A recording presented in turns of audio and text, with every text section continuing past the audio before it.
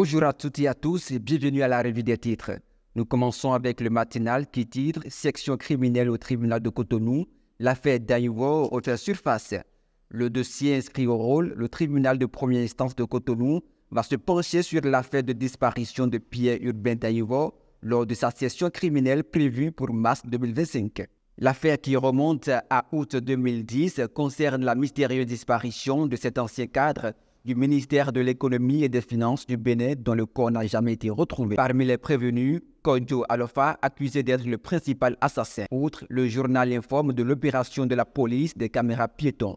Les caméras piétons viennent changer la donne. Elles protègent non seulement les policiers, mais aussi les citoyens lors des interpellations et des contrôles, a déclaré le commissaire central de la ville de Parakou, questionné à cet égard. La Nation affiche en manchette réhabilitation de la route Lomé-Cotonou, un projet ambitieux conciliant développement et écologie. Un regard vers le potentiel qui dément une supposée démission du procureur spécial de la Cour de répression des infrastructures économiques et du terrorisme en titrant en noir « Fake News », ni démission, ni limogeage, ni remplacement. L'auteur de la publication, montée de toutes pièces, recherchée, rapporte le journal de Adrien Atintato.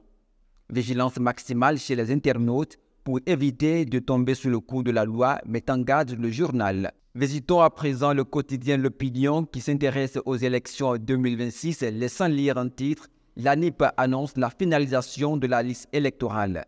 La version provisoire de la liste électorale informatisée sera finalisée en septembre 2025, un jalon qui témoigne l'engagement du gouvernement à garantir la transparence et l'intégrité du processus électoral, a dévoilé le directeur général de l'agence. Bénin Intelligent mentionne en manchette 11 000 logements accessibles dès jeudi à Cité de Ouedo. La commercialisation des logements économiques et sociaux dans Cité de Ouedo démarre jeudi 20 février.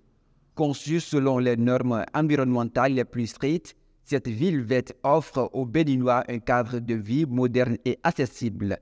Le journal s'intéresse ensuite à la mémoire de la conférence des forces vives de la nation pour une culture de débat et de la critique en République, une réflexion du père Bédinou à la page 6 et 7. Objet de contamination, a ajouté le journal. Top et fin pour cette revue des titres. Gratitude infinie pour l'avoir suivi. Portez-vous bien.